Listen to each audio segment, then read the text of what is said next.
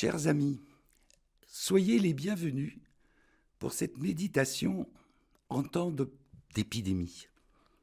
Ce n'est pas une période facile. Il y a encore des contraintes et puis il y a aussi des angoisses.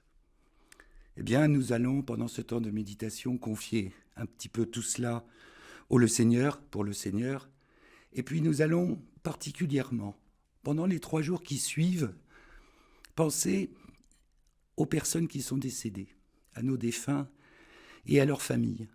Ça a été une période extrêmement difficile compte tenu du confinement. Donc pendant 3 jours, nous allons essayer de penser un petit peu plus à eux.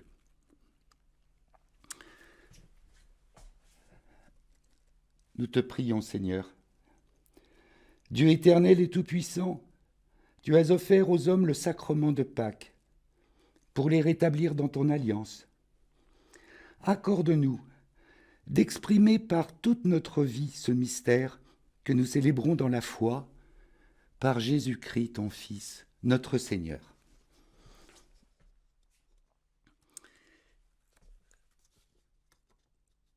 En oraison de début, nous allons prendre un couplet du Veni Creator. Fais-nous voir le visage du Très-Haut, révèle-nous celui du Fils. Et toi, l'Esprit commun qui nous rassemble, viens en nos cœurs, qu'à jamais nous croyons en toi. Nous allons maintenant lire l'Évangile, et puis je vous ferai un petit commentaire. Aujourd'hui, il s'agit de l'Évangile de Jésus-Christ selon saint Jean. En ce temps-là, Jésus disait à ses disciples, « Quand viendra le défenseur que vous enverrez d'auprès du Père, lui, l'Esprit de vérité qui procède du Père, il rendra témoignage en ma faveur. Et vous aussi, vous allez rendre témoignage, car vous êtes avec moi depuis le commencement. Je vous parle ainsi pour que vous ne soyez pas scandalisés. On vous exclura des assemblées. Bien plus, l'heure vient où tous ceux qui vous tueront s'imagineront qu'ils rendent un culte à Dieu.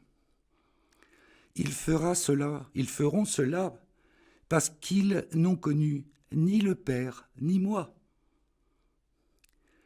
Eh bien, voici pourquoi je vous dis cela. Quand l'heure sera venue, vous vous souviendrez de ce que je vous avais dit. Nous acclamons cette parole de Dieu. Louange à toi, Seigneur Jésus. Le passage d'évangile de ce jour fait partie du discours d'adieu de Jésus lors du dernier jour qu'il passe avec ses disciples. Jésus sait qu'il va les quitter et retourner vers son Père, mais il veut les consoler de son départ en leur donnant à réfléchir sur une connaissance plus intime, plus profonde et plus réelle de lui-même. Bref, les paroles de Jésus en ce moment solennel visent à soutenir la foi, l'espérance de ses amis, sur le moment et dans le futur. Ne soyez pas bouleversés, même s'il sait très bien qu'ils passeront par des moments difficiles, des trahisons et des désespoirs. Ils auront besoin du Paraclet, car pour le moment, à cette heure, ils sont dans l'affliction, le désarroi. Un petit peu comme certains d'entre nous en ce moment. Il leur dit qu'il va leur envoyer l'Esprit Saint pour les garder près de lui, en son Père. Il leur explique pour cela ce qu'est la Trinité. Un Dieu, Jésus, l'Esprit, un Dieu créateur et miséricordieux, Jésus le Christ, parole, témoin et sauveur par sa mort et sa résurrection, et l'Esprit Saint vivant en nous. Dans ce passage de l'Écriture, Jésus parle aussi du défenseur. Le défenseur, c'est celui qui prend la défense, celui qui rend justice à ceux qu'il défend. Et ceux qu'il défend, ce sont essentiellement les pauvres. Ce sont ceux des béatitudes, les pauvres de cœur, les doux, les cœurs purs, les miséricordieux. Mais aussi ceux qui, habituellement ou à cause de l'épidémie actuelle, ont réellement faim. Ceux qui sont vraiment seuls, malades, handicapés.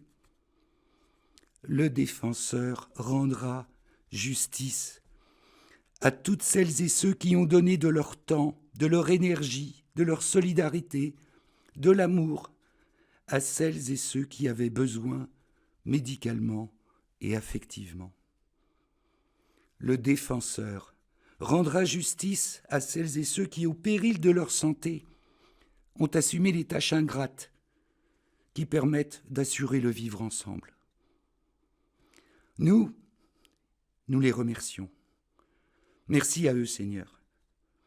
Et le défenseur aussi rendra justice aux chrétiens persécutés de par le monde, aux personnes exclues, rejetées, comme il rendra justice aux premiers chrétiens qui ont été persécutés, martyrisés. Ce défenseur, cet Esprit Saint, c'est lui qui nous pousse à agir, ici et maintenant, pour établir la justice qu'il défend. Et donc, il nous faut lui demander sa force. L'Esprit Saint, nul ne sait d'où il vient ni où il va, mais il souffle. Il nous souffle d'aimer et d'agir. Bien, nous demandons particulièrement de souffler en ce moment sur les personnes qui n'ont pu organiser des obsèques à l'église ou qui ont dû limiter le nombre de présents, se privant ainsi de tous ces gestes de condoléances, d'amitié qui réchauffent le cœur et permettent de passer plus sereinement les étapes du deuil. Les rites sont faits pour cela. Alors nos prières sont comme un souffle de l'esprit qui traverse les murs de nos églises et de nos cimetières. Notre église diocésaine a prévu que lorsqu'une vie plus calme et apaisée sera venue, des messes de requiem puissent être célébrées dans toutes les paroisses ou les espaces missionnaires pour réunir ceux à qui la célébration d'obsèques a manqué, pour accompagner un être cher ou tout simplement un ami, un voisin. Pour les familles des défunts, comme pour nous, Jésus dit « Je vous ai dit cela pour qu'en moi vous ayez la paix. En ce monde, vous êtes dans la détresse, mais prenez courage, j'ai vaincu le monde, j'ai vaincu la mort. »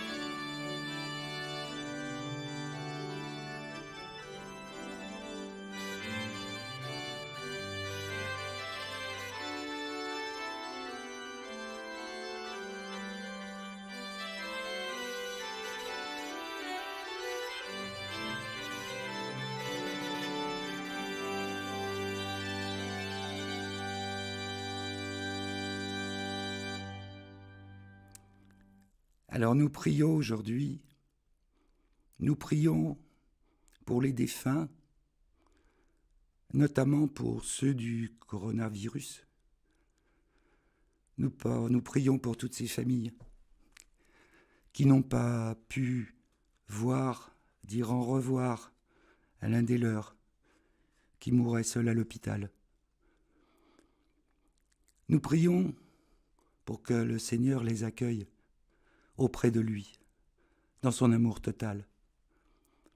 Nous prions pour les familles, que l'Esprit les guide dans cette autre vie à laquelle ils vont devoir faire face, qu'ils vivent cela le moins mal possible.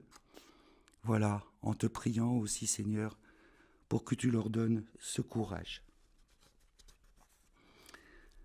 Nous allons maintenant, si vous le voulez bien, prier le Notre Père à tous. Abba, notre papa, un papa qui aime, un papa qui pardonne. Notre Père, qui es aux cieux, que ton nom soit sanctifié, que ton règne vienne, que ta volonté soit faite sur la terre comme au ciel. Donne-nous aujourd'hui notre pain de ce jour. Pardonne-nous nos offenses, comme nous pardonnons aussi à ceux qui nous ont offensés. Et ne nous laisse pas entrer en tentation, mais délivre-nous du mal.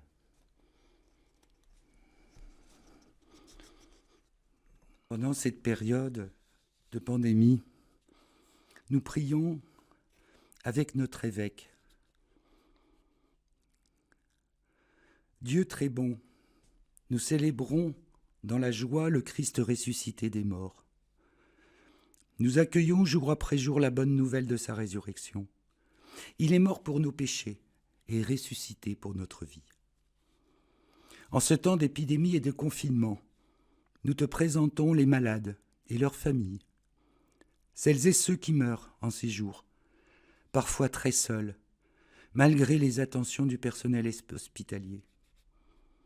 Nous te présentons leurs familles et leurs proches qui ne peuvent célébrer les funérailles de la manière qu'ils auraient souhaité. Seigneur ressuscité, visite les uns et les autres dans leur cénacle intérieur. Viens apporter de la lumière dans leurs douleurs et leurs angoisses. Seigneur ressuscité, refais les forces de tous les soignants, de celles et ceux qui font vivre notre système de santé. Soutiens de ta grâce ceux et celles qui assurent la vie de notre pays. Envoie ton esprit à ceux qui dirigent notre pays et aux responsables des États dans ce monde. Seigneur ressuscité, viens visiter nos cénacles et de confinés. Apporte ta paix là où nous n'en pouvons plus de nous supporter. Apporte ta joie là où nous sommes inquiets pour l'avenir. Que ton Esprit Saint nous apprenne à t'accueillir pleinement et à vivre dans ta lumière. Qu'il nous prépare à la sortie du confinement avec le cœur rempli de foi, d'espérance et de charité pour participer à la vie du monde et y porter ta lumière. Esprit Saint, entoure de ta douceur nos frères et nos sœurs catéchumènes. Qu'ils vivent ce temps prolongé qui les prépare au baptême avec paix et espérance. Que le jour venu, ils nous aident à sortir pour être d'authentiques témoins de l'amour de Dieu, plus fort que la mort.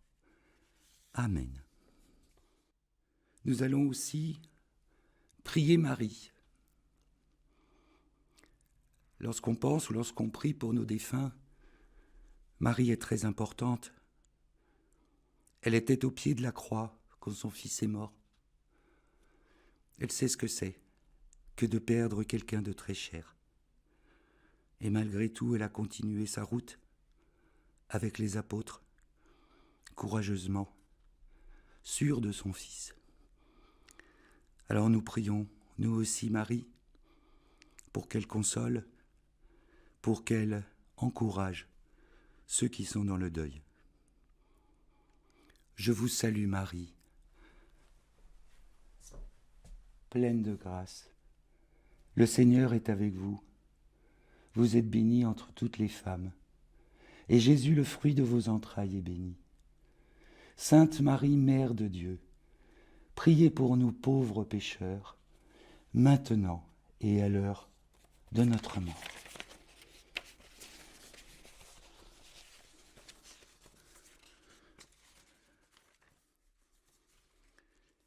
Cette méditation se termine. Que le Seigneur soit avec vous et qu'il nous donne sa paix.